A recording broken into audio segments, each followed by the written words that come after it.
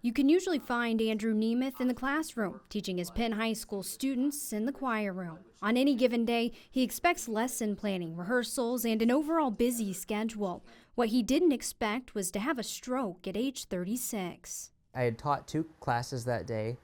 I felt totally fine, and then as soon as my prep period, or the lunch period started, I just started to feel dizzy and lightheaded. Soon after, a colleague joined him for lunch and noticed Nemeth was slurring his words. After talking to the school nurse, they called 911 and he was taken to Memorial Hospital. I definitely was not thinking that I was having a stroke at 36 years old at the time.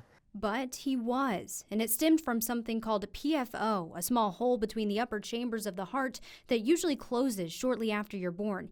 Nemeth's, however, remained open. Such as in the case of our patient, Mr. Nemeth. So he went through that diagnostic evaluation, and then we were able to then, after looking at an ultrasound that required us to look at it through what's termed a transesophageal echocardiogram, we found that he had what's termed a patent foraminal valley and an interatrial septal aneurysm. Luckily, the Beacon Stroke team was able to give Nemeth the care he needed, and quickly. They were able to give him a medication to dissolve the clot that cut off the blood supply to his brain. Dr. Jose Luis Lopez says it's the speed of which someone can recognize the symptoms or recognize they need help and get to the hospital that plays a huge role in their outcome. For every 15 minutes that goes by, there's a 4% likelihood of increase in disability. That's why he says it's important everyone knows the acronym Be Fast. B for balance, E for eyes, F for face, A for arm, S for changes in speech, and T is time to call 911.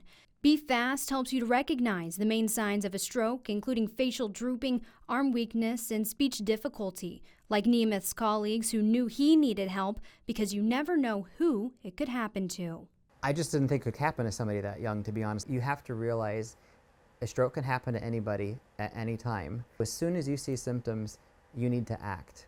I still feel that I'm not quite back to 100%, mainly with energy and stamina, but I can tell at this point that I have made significant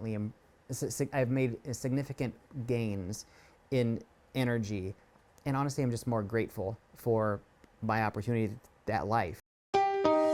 Thanks for watching. Here's another story you may like, and subscribe to the WSBT 22 YouTube channel.